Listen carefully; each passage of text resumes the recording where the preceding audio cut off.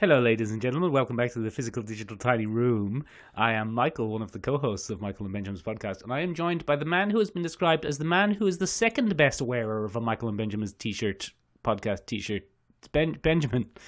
Nailed it as usual, Michael. That was a very tough lead-in for me. I struggled to keep the silence. Ladies and gentlemen, in the interest of audio quality, fine, superior, and the best in the market, we try and take a 20-second breather at the start of every episode, and I struggled through that one. Michael, I would say I am the worst wearer of a Michael and Benjamin's t-shirt, based solely on the criteria that I don't actually have one. Michael, I don't actually have one. I don't feel like posting it to you in Italy. You can have it when you come home. It will be a Christmas present. Oh, what a great Christmas present, ladies and gentlemen. A Michael and Benjamin's t-shirt with original logo designed by Michael and Benjamin.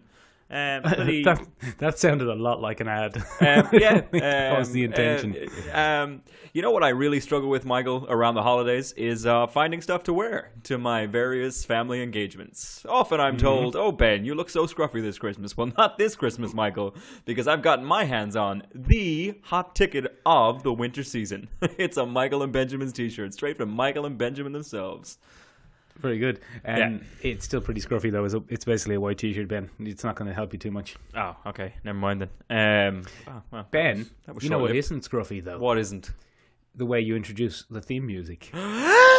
Theme music for the podcast. We don't actually have any theme music,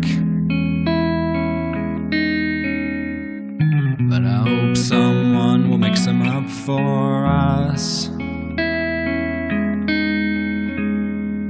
I don't wanna name any names. Rachel, I hope it's Rachel.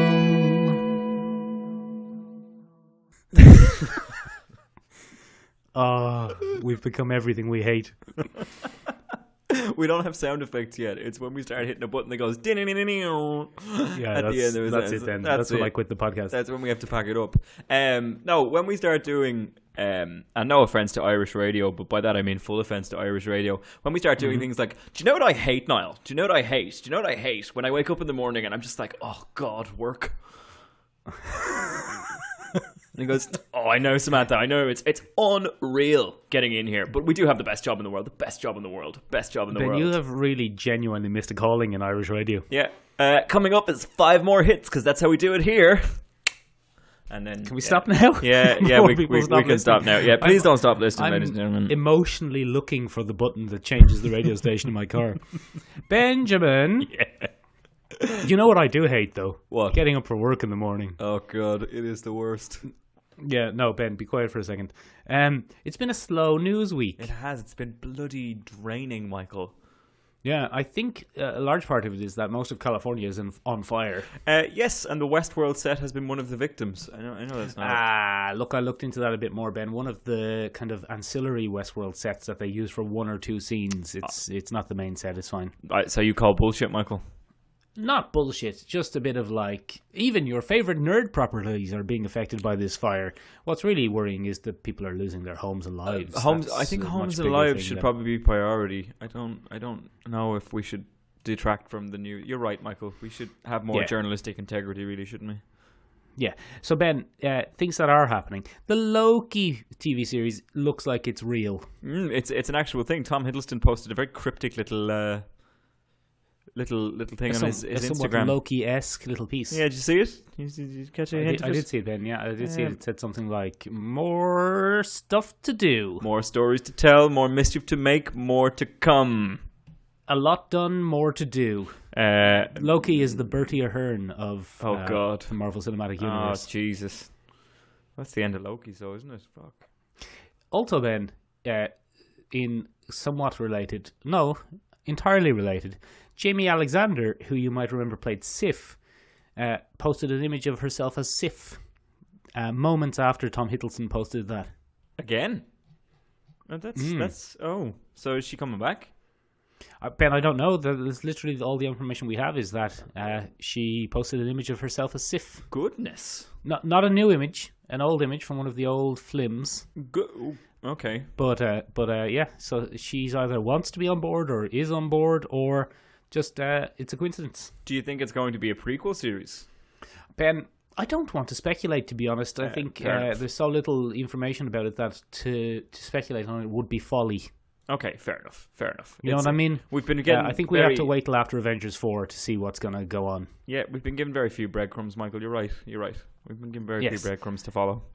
Yes. Ben, in other news, Disney released a name for their streaming service. It's called Disney Plus. That's a shite name for a streaming service. It's not a great name. I think we're just going to keep calling it Disney streaming service thing. Yeah, it's a bit shit, really. That's what we've been calling it the whole time. I think that's actually better. Let's stick with it. If Disney wants to buy that name off us, you can get in touch with us here at Michaelandbenjaminspodcast at gmail.com. At gmail.com.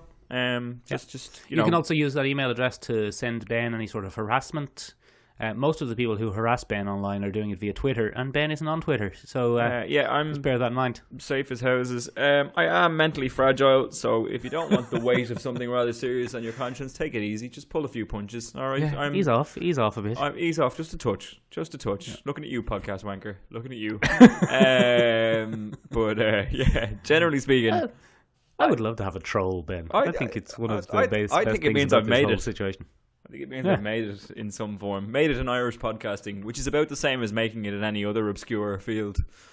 Yeah, I've made it in ancient Mesopotamic archaeology. You're going to be rolling in women now.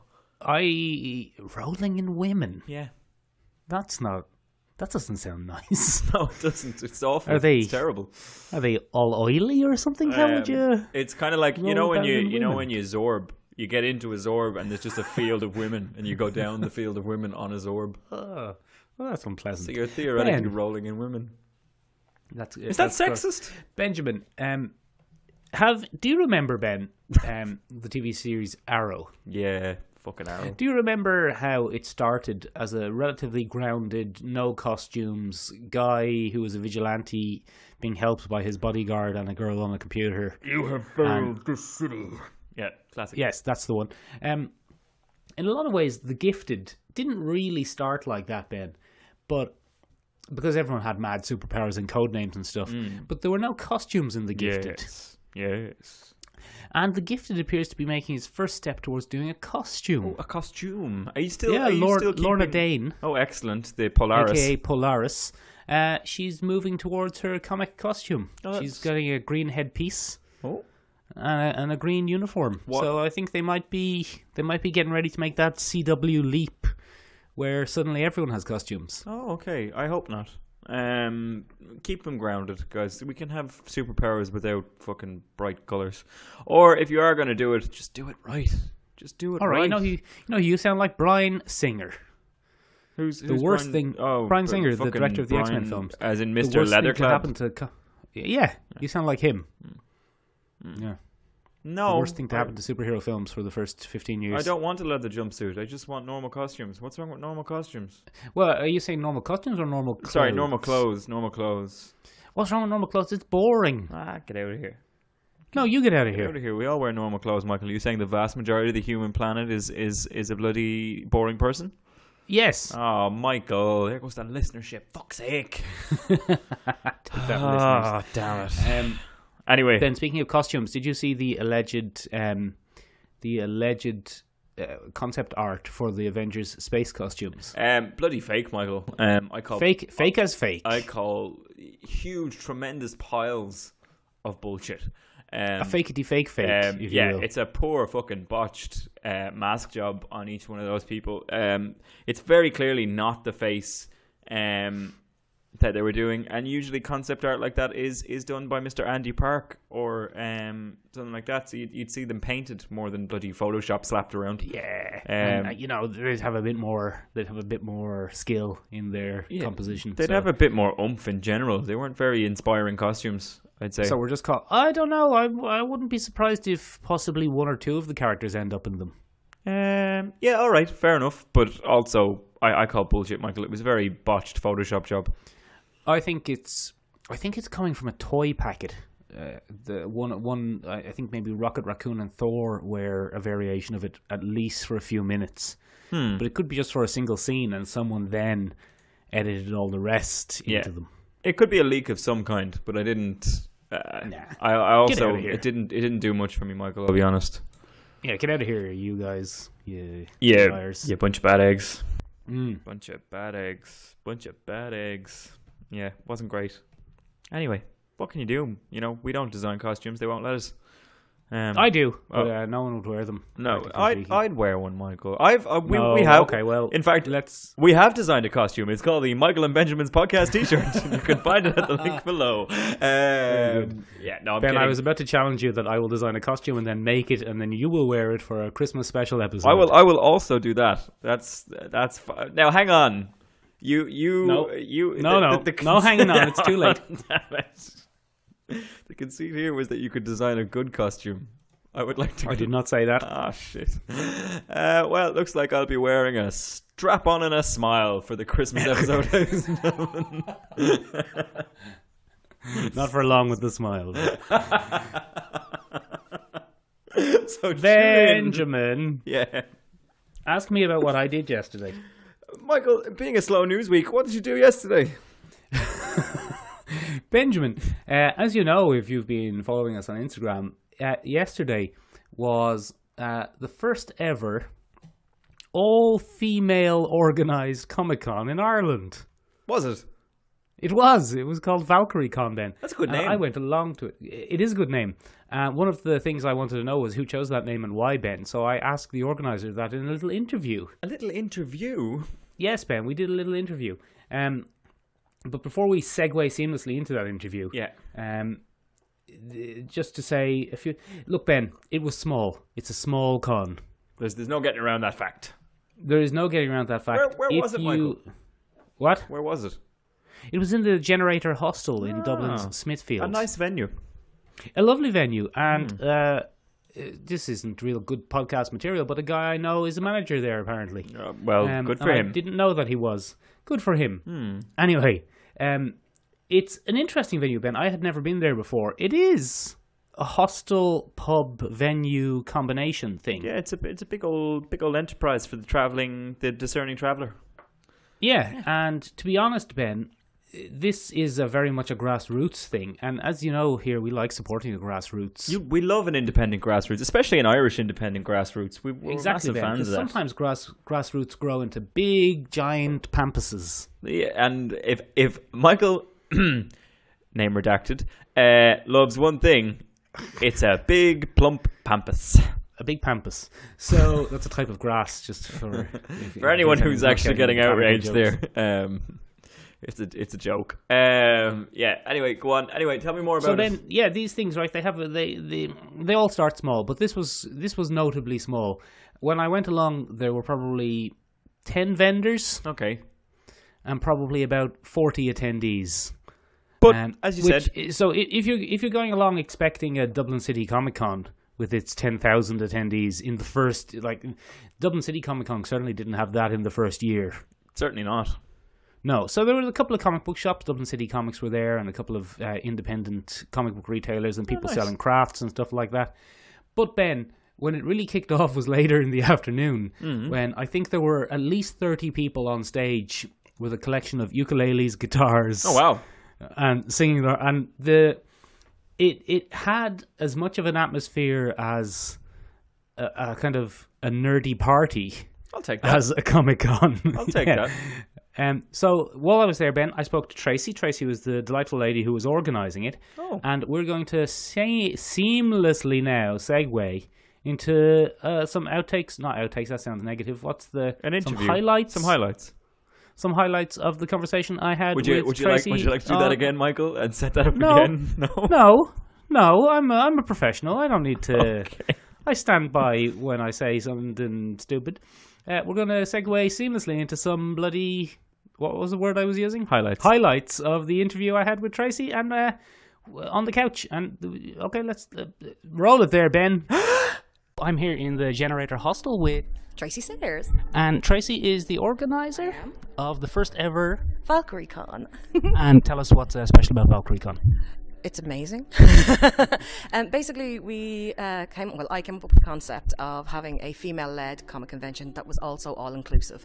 I had come across a lot of people in the industry, young Irish writers and artists and crafters, who were like, I can't get into the industry, I can't do this, I can't do that. And I'm like, actually, no, you can, no problem.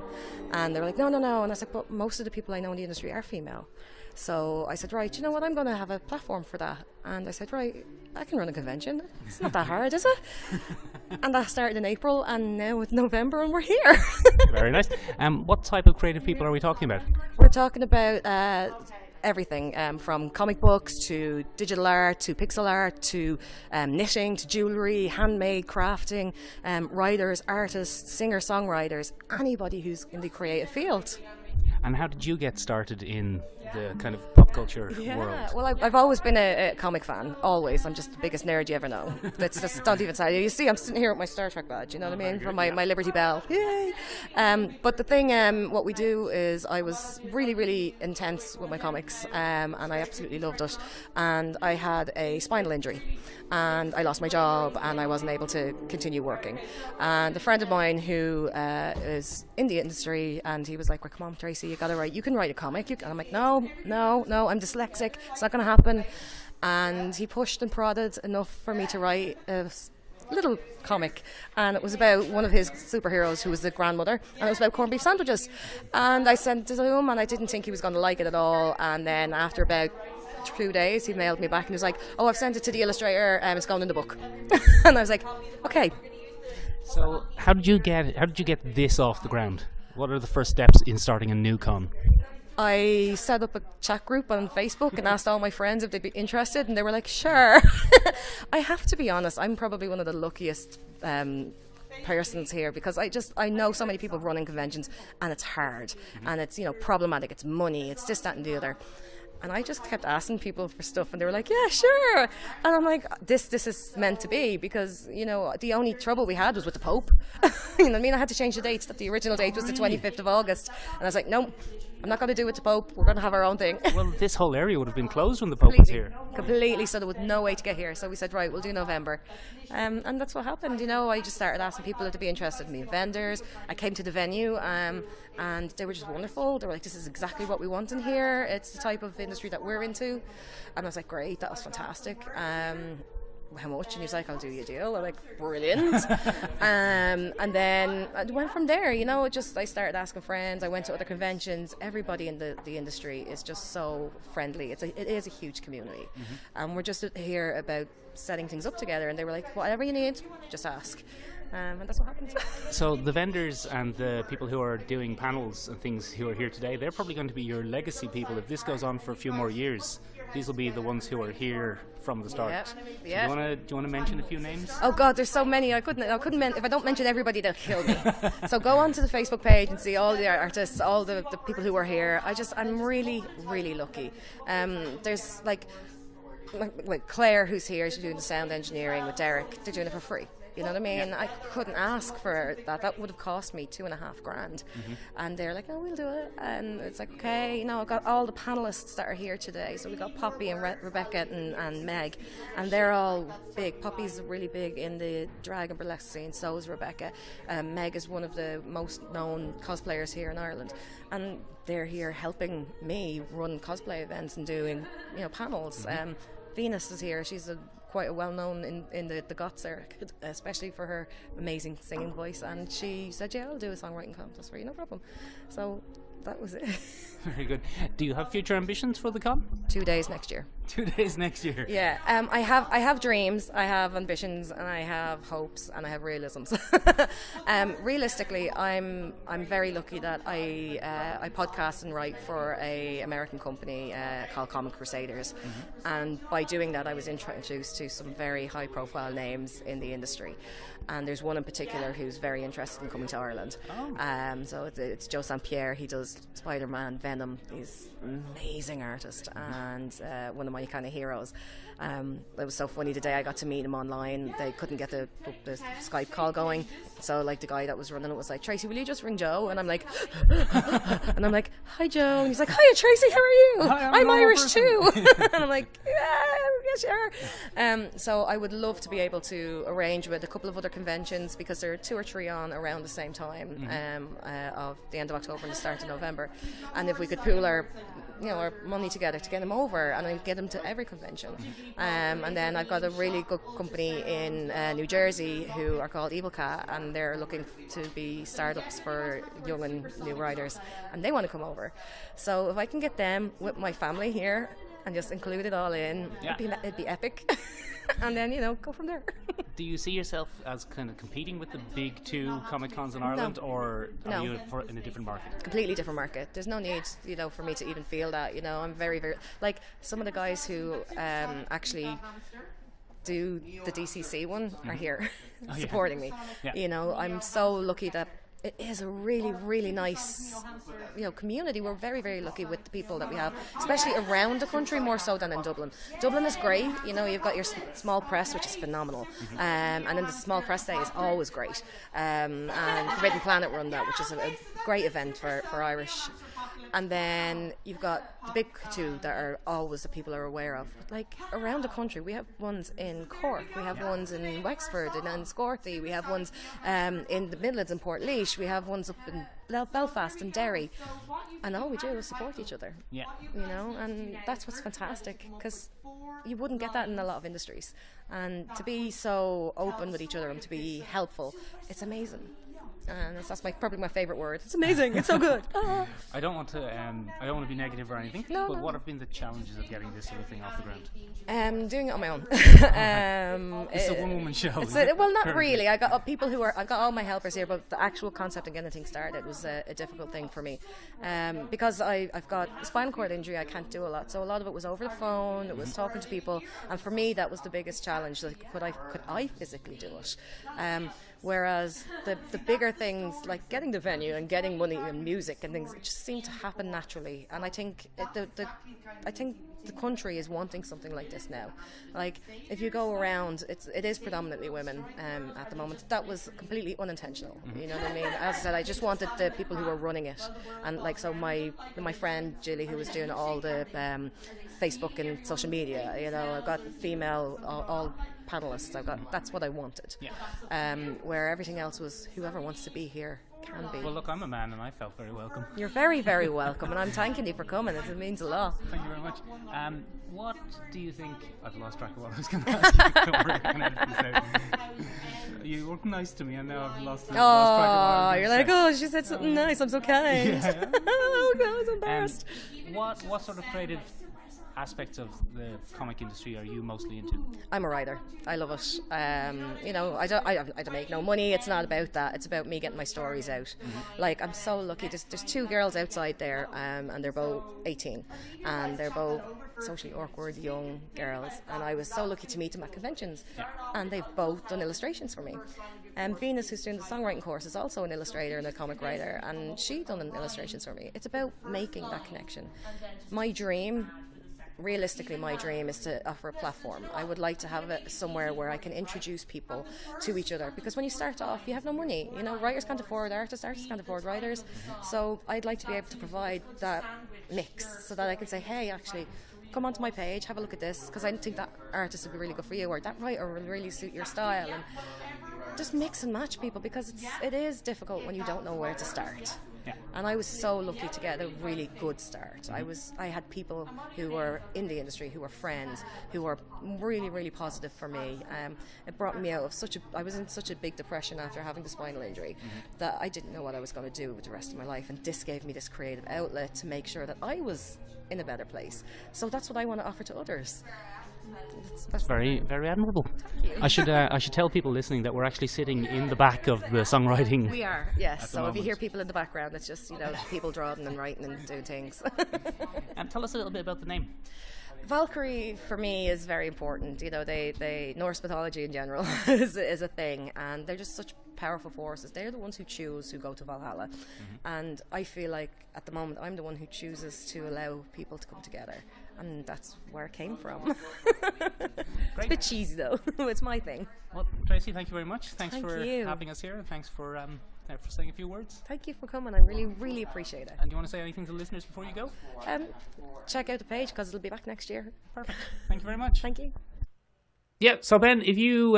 we're back, baby. We're back.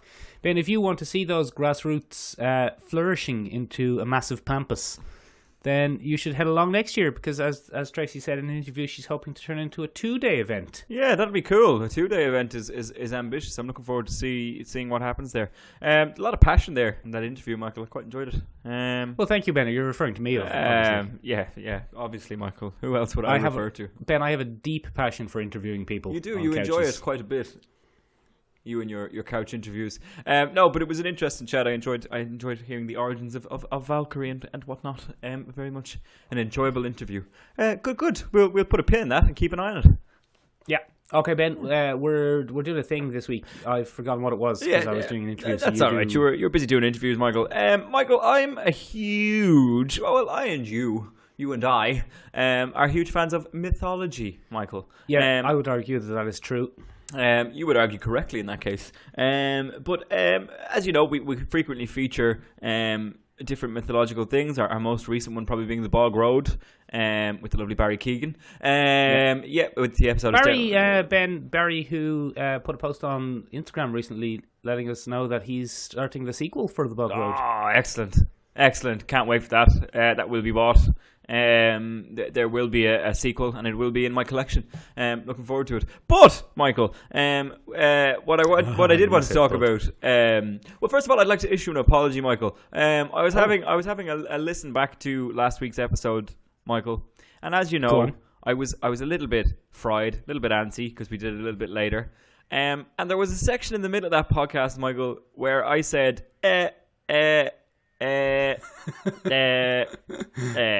about 8 million times, and that's gold, Ben. That's podcast gold. People love that. That's what people tune in for. I'd like to do two things. First of all, I'd like to thank my co-host for not being an absolute ass and pointing it out and making me feel like a dope. And I'd also like to apologize to all our listeners. And I'm still doing it now, but I'd like to apologize to all our listeners and say very, very sorry. I hope that's not in every episode. And, so you've done a Ben's retraction basically, but you've done a Ben's retraction on the sound. Yeah, I've done a Ben's retraction for my personality. Yeah. You just did it there. Once you start, you can't stop. It's like really shitty Pringles. Yeah. So, Ben, we both love mythology, is what you were saying there before you got a dose of self-deprecation. So, mythology. Who would you say the premier kind of hero of mythology would be in comic books, Michael? If you Hercules. No. Try again. Thor. No. Try again. I don't really know what the question means. Fair enough. It's the one I would say who is probably most heavily associated with comic books in certainly in our lifetime, Michael, is Hellboy. Oh, Hellboy. Well, I disagree, but okay. Okay, fair enough. Hellboy, in my estimation, created by Mike Mignola. No, I was sitting on my lime tree bower yesterday, Michael, and I was flicking through some Hellboys, and I decided to talk about it on the podcast today because I'm a big fan of Hellboy and all things Hellboy and all things Mike Mignola. So today we're going to be... Is flicking through some Hellboys equivalent to rolling in women? Zorbing in women, Michael. And yes, it is. It's the same thing. That's a good No, we are going to be talking about Hellboy. Particularly, Michael, I was interested in how Hellboy generally kind of bucks against the comic book trend and became something very different from what he started out as. I think in a lot of ways he probably changed a lot of the expectations of what people thought they were going to get from his comic book. And I also wanted to take a look at the different versions of him because we'll soon have a new Hellboy movie played by the man whose name I cannot remember. It's the sheriff from Stranger Things. Yeah, David something. David something. I'm sure he went to years of interviews and auditions just to have people forget his second name. Yeah. It will David Perlman. Sorry? David Perlman. David Perlman, you nailed it. That was very... didn't. That's Ron Perlman. That was the first Hellboy. Damn it. Anyway, the director of it's going to be Neil Marshall, who does a bunch of cool horror movies, so that'll be fun. But yeah, that got me thinking, Michael, about all the things that Hellboy is and isn't. So for anyone who doesn't know, Hellboy is a very long-running series from Dark Horse Comics. It finished in 2016 after... Did it? Yes, it finished... it was either 2016 or 2017, but it finished up with 3 volumes called Hellboy in Hell. David Harbour, thank you very, very much. So Neil Marshall and David Harbour are going to be having a go at Hellboy, rebooting the Hellboy franchise. So he's a very interesting character. First of all, Hellboy is the eponymous character, and he has a huge red right hand, big old stone fist. That is the key of doom, and it was given to him by his father, Azael. And his father wants him to be the bearer of the apocalypse. He wants him to be the beast of burden, the bearer of the apocalypse. Unfortunately for Big Papa Azazel, he is found in World War II after being summoned to bring forth destruction on Earth. He is found by the Allies during World War II. Oh, the Allies is good. And he's taken under the wings of the Allies, and he becomes a force for good. He is the unstoppable force of justice in the mythological world, the strange and twisted world of mythology. For me, Michael, the first time I read Hellboy was probably when I was around 13. Back in the day when I was an illegal little munchkin, I would use LimeWire to find all my comics. LimeWire. Now there's a bloody... Quick shout out to LimeWire. Yeah, bloody Trojanware riddled thing that was LimeWire. LimeWire was a great little thing. How many computers did you destroy with LimeWire? Just the one. Luckily, I was a smart enough child to have a lot of antivirus stuff, and we ended up scrubbing that clean. And my dad is pretty good with computers, so we saved the family computer. But my God, good. This episode brought to you by Norton. But Norton antivirus. Yeah. So that was great. I found him specifically because I typed in Batman. I used to love the old Batman comics, and I found one called Batman and Hellboy, and it was a duo drawn by Mike Mignola, and the two of them were running around fighting the L demons. He's a massively popular character, Michael, from Dark Horse Comics, and I think that's kind of... He's been animated a couple of times. He's had 2 Guillermo del Toro movies, which are quite good, Ben. Which are quite good in terms of aesthetic. They're not really Hellboy movies, I would argue. And I think, in fairness, Mike Mignola would probably argue that as well. But we'll get to that in a second, Michael. Okay, because I'm interested in hearing more about that, Ben. We'll get to that in a second, Michael. What's very interesting about Hellboy is the way it's drawn. I think it's one of the most distinct comics that I've ever read. Mike Mignola is a huge fan of unified line weight, Michael. And unified line weight is basically, I'm sure you know what that is, but for anyone who doesn't know what unified line weight is... Well, Ben, I don't know. I've never heard of it before. I can guess because I understand what all of those words mean. But why don't you imagine that I don't understand things and explain it? Fair enough. Generally speaking, Michael, when we draw something, we vary the line quality to show different light on form. So, for example, if you have one side of the body facing the light, the line will be thinner because the light slowly pushes the darkness away. If you want to draw emphasis on a particular part in the shadow, etc., you will have a heavier line. This variation, when you put it through a form, for example, a forearm, or a pectoral muscle or something like that, gives the illusion of the thing being a little more living and breathing. It's a trick employed by artists to bring a 3D quality to a 2D form. Did you see my pectoral muscles on our Instagram? I did, Michael. If you take a look at our Instagram, ladies and gentlemen, you will find our brand new Michael and Benjamin's podcast t-shirt worn fetchingly by Michael of Michael and Benjamin's podcast. For an extra €25, Michael will actually wear your t-shirt and we'll ship it to you with his musk. Oh no! Yeah. Oh no, we're creepy Japanese schoolgirl men now. Ben. Yes. You'll notice in the photo I cut out most of my head, which is often described as my least fetching feature. That's not true, Michael. I have to look at your head every Sunday. I've grown quite fond of it. The ladies, they're like, stick a paper bag over that and just show us the pecs. To be fair, you are Michael Pecs redacted for privacy reasons. Yeah. Ben, my surname is in my Instagram name. Everyone bloody knows it. Doesn't matter. Go on. Tell us about Hellboy. Stop talking about my pecs, you weirdo. When you look at a lot of 90s comics, the style that became very prevalent was the heavy render style. There was a heavy focus on... We've talked about this before. Yes, we have, absolutely. On heavy shadow, massive amounts of varied line quality, huge huge focus on pecs, anatomy in general, over-rendered anatomy, extremely proportioned anatomy, etc. Tiny little feet. Mike Mignola came along and abstracted all this. When you look at a Mike Mignola drawing, I hope I'm pronouncing that right. It could be Mignola. I'm not sure. It could be Min. I don't know how he says it. Will we say Mignola from now on? Let's say Mignola. No, you just go with it, and I'll try and You'll look it try up. and source that.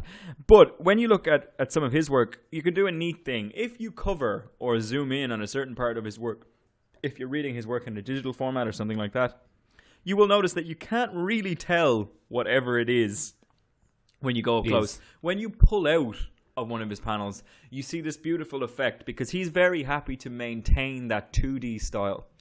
When you look at Mike Mignola's art, it's incredibly dark. He loves heavy shadows, but he doesn't like transitions. So most drawings that you will see will follow the basic rule of 1, 2, and 3 when you come to a shadow. So 1 will be the light, 2 will be the interim between the light and the shadow, and 3 will be the darkness. Okay?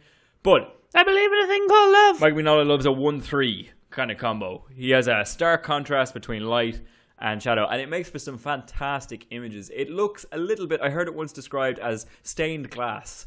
So when you read Mike Mignola, you can see that, it's like stained glass. Or someone else theorized that when you read Mike Mignola, it's like a tapestry from an old mythology. Yeah, I can see that. There's a certain it lacks some of the kind of implied three-dimensionality of some other comic book artists. I think what's interesting is that Mike Mignola is it's Mignola according to Wikipedia. Okay, well, I'm going to say Mignola then. I'm going to hit a happy interim. What's interesting when you look at his work, his earlier work especially, he's quite good at drawing. Like his What a compliment. No, but many people, when they see his work for the first time, go, oh, he's just not very good. He's excellent. His stylistic choices are exactly that, stylistic choices. Interestingly, he hates his own work. He recently had a retrospective at the Society for, I think it was the Prevention of Cruelty to Animals. No. The Society of Illustrators or Visual Artists in LA.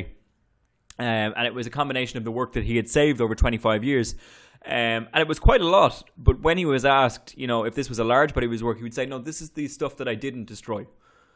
Wow. So quite frequently after doing his work, he would get rid of it. He didn't like it at all. He used it as a medium to tell his story. So that's the first thing I think that makes it really distinctive as a piece of work. The second thing that makes it distinctive as a piece of work is the character itself. Hellboy is a fascinating character. When he was creating this character, he originally envisioned him very differently. The first ever kind of sketch of Hellboy is radically different to the character that we have now. Hellboy originally was a 1991 Comic-Con sketch. He's very big, broad. He has a big head and a lion's mane. Nothing like what we see later on. Then later on, Mignola said that he got the inspiration for Hellboy in general from a Batman comic that he drew called Sanctum. And in Sanctum, Batman chases a criminal into a graveyard and he opens a crypt and he's kind of beset upon by visions of hell and demons and that kind of thing. And apparently, according to Mignola, this is kind of the seed that brought on Hellboy a little bit later. The other interesting thing about Hellboy... It was the grassroots. It was the grassroots that turned into a mighty pamphus. But I'm going to interrupt you, Ben. I'm going to let you finish. I'm going to interrupt you first. Did you ever pay any attention to the Batman black and white statues that were a thing for a while? I love the Batman black and white statues. I would never buy them, Michael, because I feel like I would waste an awful lot of money that way. But they're also quite expensive. But they are very cool. They are based on the Batman black and white anthologies, Michael. Yeah, but the best thing about them, Ben, was the Mike Mignola one. Yeah, it was a bloody good statue, wasn't it? Because it was a good statue, but also, if you were putting a lot of those statues on your shelf, a lot of the artist's work don't look sufficiently different that people wouldn't come into your house and just say, oh, you have lots of statues of Batman in different costumes. Yeah, that's not right. But the Mike Mignola one made it clear that it was a different artist. Yeah, he's very distinct. Like his work is incredibly distinct, and Mignola straight away. It's a fascinating thing. Yeah, absolutely. I love his Batman work in general. His Batman work in general is quite good. No, go back to what you were saying there. So when he originally envisioned it as a team comic book, and he had a difficult time coming up with the concept and how it would all work. And then he ended up focusing on Hellboy. Hellboy has gone through a few different iterations. He's been like cover illustrations and things like that. Originally, he was white before he was red. And then he became the Hellboy that we all know and love by 1993 when he began his first edition. He came out in SDCC in a little mini thing with John Byrne. He was working with John Byrne at the time. And so 1993. 1993. Very old. Did anything else interesting happen in 1993? Not that I know of, Michael. Okay, good. I was born in 1991, Michael, if that's what you're alluding to. No. No. What else happened in 1993? Don't know. But it's an inkling in your mind. Okay. Yeah. Go on. Okay. So yeah, John Byrne was originally. Hellboy is surprisingly old. Hellboy is surprisingly old. He's coming up on. Oh, this is going to get me in trouble. Oh, here we go. I don't want to do this, Michael. Just tell me. 25. He's coming up. Oh, he's 25. It's his 25-year anniversary. Yeah, absolutely. This year. And that's what the show in LA was. It was a 25-year retrospective on Hellboy and the work of Mike Mignola. So that actually makes a lot more sense. But yeah, so it then became the Hellboy Seeds of Destruction, and we had the World War II arc. And all of that. So in his initial Punching a Nazi. in his initial innings, he's very much taking on the Nazis and stuff like that. And I think a lot of that was probably John Byrne's influence. So he's not co-created by John Byrne, I should mention. John Byrne helped him to write this initial run. He did not create the character, and he has no affiliation with the design or the creation of the character. It's not one of these Bill Pullman, Bob Kane gigs or. What's John Byrne's weirdness? You know how Chris Claremont turned out to be mad into kind of mind control, sexual domination? What's John Byrne into? That's a good question. John Byrne is into. I think John Byrne likes a dominatrix, doesn't he? Isn't he the one who redesigned Sue Storm as? He's a She-Hulk. He's into a muscular woman. He's into a large muscular woman. That's what it is. He's into a large muscular woman. He's a large. He's a She-Hulk kind of guy. He's a Wonder Woman kind of guy. John Byrne's into a muscular woman. And there's nothing wrong with that, I suppose. Nothing wrong with that, Benjamin. Nothing wrong with that at all. But anyway, initially, a lot of that World War II kind of thing shaped who Hellboy was. He has a strong dislike of Nazis, as do most sensible people. Don't we all, Ben? As do most sensible people, Michael. But originally, one of the interesting things that happened there, I think John Byrne and Mike Mignola had a parting of the ways at some point. Oh, no. Because whether women should be large and muscular. I suppose that could have something to do with it, yes. Initially, John Byrne had a character called the Torch of Liberty. And he was a World War II kind of parody of the Defenders or the DC Legion of Liberty, you know them? Uncle Sam. Yeah, exactly. So he was kind of a parody of them. And he is the character who gave Hellboy his famous gun, the big gun that he uses in the movies and stuff like that. Really? Yeah. But that was later retconned with the introduction of Lobster Johnson. And great Lobster name. Johnson is, first of all, he's one of the key kind of comic book heroes of Hellboy. And it turns out he might also be real later on. And he is the one who gives him the gun in the end. So that's an interesting bit of retconning. I don't know what that has to do with anything. But anyway, what makes Hellboy so interesting is it's actually based on his father. Hellboy's character, his personality is based on his father. One of the unusual things that you get when you read Hellboy is Hellboy is completely unfazed by any weirdness that happens around him. He's perfectly stoic. He's this great character. And he becomes very stoic. And one of the wonderful things about Hellboy is it very much starts off as a classic kind of superhero, paranormal investigation thing. He's part of the Bureau for Paranormal Research and Defense, which is the BPRD. He works as part of a team. They get call-outs on missions. It's a little bit like Ghostbusters with an edge. And slowly over time, Hellboy begins to realize that his humanity doesn't really fit that team.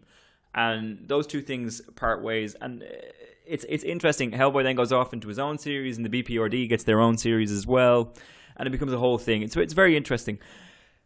As this progression comes along, that stoic nature of Hellboy is, as I said, based on Mignola's father. Mignola's father worked at a foundry, metalworking factory, The straightest job in America. Yeah, and basically what would happen is his father would come home and he would kind of tell his son stories about accidents in the foundry or give him, updates on the day. And apparently, one day he came home with a story about a man who lost his right hand in a foundry accident. Right. And Mignola was incredibly struck by how calm his father was telling this story. His father never sensationalized the stories or anything like that. He would just casually tell the stories. And this heavily influenced the character of Hellboy in general. This stoic kind of nature is based very much on Mignola's father, which I thought was quite cool. It's quite that is interesting. It's quite an interesting homage to give to your father because it's such a beloved character, partly due to the characterization and partly due to other things. But anyway, as the story progresses, Hellboy becomes more and more the vehicle for the stories as opposed to the central focus of them. That's a good point, Ben. Hellboy kind of bears witness to a lot of the stories that come through, and I think one of the things that really sets these comics apart is you really pick up on Mignola's deep, deep love of mythology.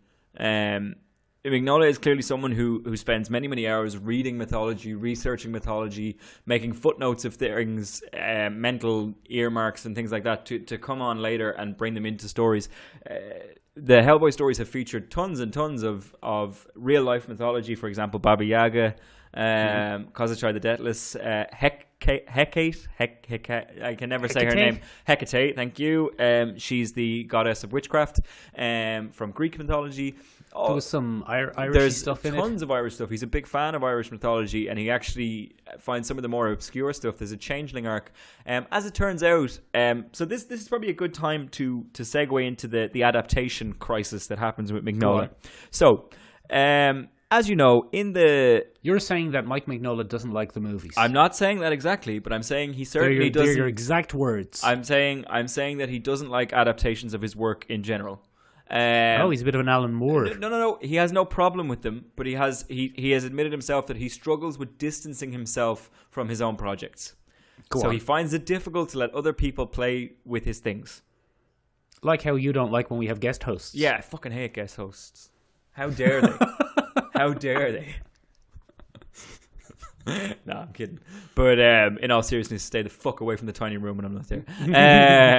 No, but what I mean by that is, so he has actually said this. Stay the fuck away from the tiny room? Yeah, stay the fuck away from the tiny room. No, when he was asked about the Guillermo del Toro movies, he said himself, he says, they are fantastic standalone Guillermo del Toro movies. Ben, you know that around this way we call him GDT. He says they are fantastic standalone GDT movies. And then he was asked, to expand on that. And he says, well, for me, and this is a direct quote, it's so much somebody else's version of my thing that it's generally pretty easy for me to distance myself. Right. So his main criticism of the Del Toro movies is they were too light. And the second one had heavy comedic tones that he didn't like because it's not a comedy. Hellboy is not a comedy. He's not a funny character. It's not a thing that he does. His stories are dark. People die in them in horrific ways. There's a lot of sacrifice and things like that runs through the narrative. And to be fair, do you think that the new movie is going to be more like that? I think it is because Neil Marshall is directing it. And one of the main reasons that Mignola has allowed it to go ahead is because he is a huge Neil Marshall fan. He wrote Dog Soldiers. Okay, that's a horror film. He wrote The Descent. He wrote Doomsday, that Scottish apocalypse narrative. That's no good. He's a British director. But anyway, he also wrote Dog Soldiers, and there's another big one that he wrote. I'll look it up as I'm talking. But yeah, so I think that tone is going to come back in. It's about the Blood Queen, and spoilers for the Hellboy series, but Hellboy actually dies fighting the Blood Queen. The Blood Queen is the end of Hellboy, and that's how we started the Hellboy in Hell narrative. That's how that happened. No, he dies in a comic book way. He dies in a comic book. No, he never comes back. This is the swan song of Hellboy. Oh. Hellboy saves the world from the Blood Queen, but dies in the process, and then his final dying. I'm going to get to that in a second because the ending of Hellboy is part of the reason that I love him so much. And one of the, Isn't Mila Jovovich playing the Blood Queen? she used to be the Blood Queen. So it's going to be interesting, Michael. I'm looking forward to seeing it. But anyway, in terms of adaptation, his stuff has also been frequently adapted into animated series. He doesn't like those at all. He doesn't like the art style. He's never watched them, he says. He Seems kind of whiny. No. He has no problem with them. He says he doesn't mind, but he says it's somebody else's version of my work, and I find it difficult because he admits himself he's too sensitive about Hellboy. Right. He says he He's feels... touchy. But in fairness, he has created an entire world largely himself. That's what makes him so unique. Mike Mignola has created one of the most beloved properties in comic book history. And I think what makes it even more interesting is he's been given full control from start to finish. Yeah, he's the writer and artist. He's the writer. Like Eric Larson on Savage Dragon. But better. I don't like Savage Dragon very much. Dragon. Whereas I absolutely love Hellboy. I think he's a wonderful writer. I think he knows how to pace stories. And I think he knows how to guide a story completely. So he moved from this kind of superhero narrative of the team going off and fighting battles, and it became very much a solo thing of a man versus his destiny trying to redeem himself. Because remember, Hellboy lives with the weight of knowing that he's going to bring about the apocalypse. Yeah, I know what that's like. You do, Michael. I've frequently come to the tiny room hearing you scream, "Back, vile demon, back!" Yes. As you thrash them with one of Michael and Benjamin's brand new sturdy t-shirts. Very good. I love a throwback. But one of the excellent things about it is, and one of the things I think that jar with that is the tone of the movies. The movies are a team thing. And one of the other things that jars with that is he falls in love with Liz. Liz is a minor character in the comic books. Yeah, but she can do a fire with her mind. She can do a fire with her mind, but that really means nothing.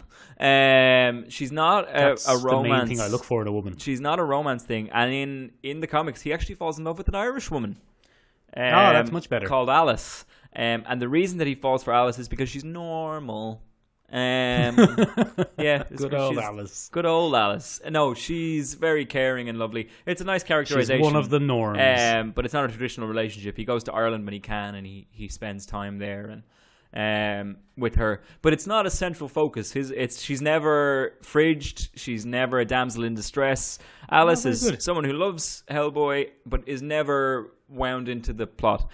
I think for me, what makes it so fascinating as an end to a series, and this is major spoilers for the end of the Hellboy franchise, the 25-year run, or the 23-year run by the time it wrapped up, was fascinating because we had always kind of threatened that he would bring about the apocalypse. And really what people were expecting was a huge kind of end-all battle. Yeah, Hellboy versus the big boss, bringing about the end of humanity or defending the end of humanity or whatever. That's not what we got at all. The way Hellboy in Hell is framed is fantastic. For the first time ever, throughout most of the series, Hellboy was our kind of way into the story. He was the one that what he knew, we knew, and that's what led to the suspense. Mignola kind of completely parted with that in his final framing technique, and it was a story told by a lesser demon of his time in hell. About Hellboy. So he tells the story of Hellboy. And what this does, Michael, in a really fascinating way, is it transitions Hellboy from a first-person narrative into a third-person narrative, which is traditionally how myths are told. This little demon becomes the unreliable oral narrator. And the story begins to grow and grow and grow and grow. And it becomes really, really exaggerated. And we see these fantastic panels for the first time of Hellboy fighting demons non-stop in hell. And it becomes this fascinating thing. Mignola does a fascinating thing with color in his work. He uses muted tones because he doesn't believe that the world is full of color. And he thinks color should be used to emphasize a moment, not to direct your entire narrative. So usually when we see Hellboy, it's muted unless you see a patch of blood or a fire or something like that, and then orange and red are brought in full effect. It's a fascinating... A bit Frank Miller-y. I would say it's probably cleaner and used with more restraint than Frank Miller, but I would agree with you, it is Frank Miller-y. But anyway, this story is told over and over again, and there's no great bang. to the end of Hellboy. Hellboy fights his way out of hell and receives his final rest. And I think the really interesting thing is the demon tells the story in an exaggerated way, but one of the final panels... Like Frank Miller. One of the final panels is just Hellboy coming across this scene between the demon and the person he's telling the story to. Huh. And in the demon story, he's this huge red creature with the burning crown of flame and the giant horns. And when we see Hellboy watching this story being told, he's just Hellboy. Very and clever. the end is, and then nothing happens. That's the last panel of the Hellboy thing. Very good. And that's the end of the story, and it's the end of a myth. It's just the kind of the solace that Mike Mignola gave to his readership is that he will go down as a hero and a myth in hell. But to us, he's still Hellboy. Ultimately, what this final issue tells us is that Hellboy died a man more than a monster. Which is something he had been fighting against for a long, long time. I honestly think it's one of the greatest ends to an arc. For something that started as a simple supernatural superhero comic to turn into this massive mythology machine that pays so much homage and respect to old stories is just a fantastic thing for me. But more than that, what really stuck out for me, Michael, and what makes it so affecting in comics is that it's proof that one man can direct and draw and create a very lasting testimonial. He's like Eric Larson. No, I'm not allowing that. I'm not putting that in there. No. So Mike Mignola kind of recognizes this himself. He says it's rare for a guy to create something that turns into an actual thing in this day and age. And I think that was far more common with people like Stan Lee, who gave us our a big chunk of our world when he stole work from other people. But he didn't steal the work, he just stole the credit. He gets all that credit, and that's less of a thing these days. I think usually creators are kind of more infamous with their creations. I think Lee Field and Deadpool are a good example of that. But it's rare that someone can create something so impactful on the comic book community, and I really think that's what Hellboy is as a general rule.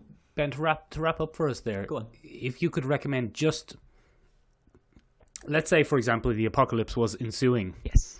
And I had only time to read 2 or 3 Hellboy things. What would I read? 2 or 3 Hellboy things. Oh, good. Hellboy in Hell at the end of the run. That should be your third thing to read of the 2 or 3 things. His run with the Sea Chronicles. He has it's volume 4, I think, In the Depths is what it's called. Absolutely fantastic. If you want some good old-fashioned Silver Age nuttiness, Seed of Destruction, the first run is just fantastic. There's Nazis in articulated chimp suits. It's a whole thing. It's fantastic. And then watch the films. Nope, don't watch the films. You don't have to watch the film. You can watch the first film. Don't watch the second one. I like the second one. Screw you. Get out of here. Bad bloke. Get out of here.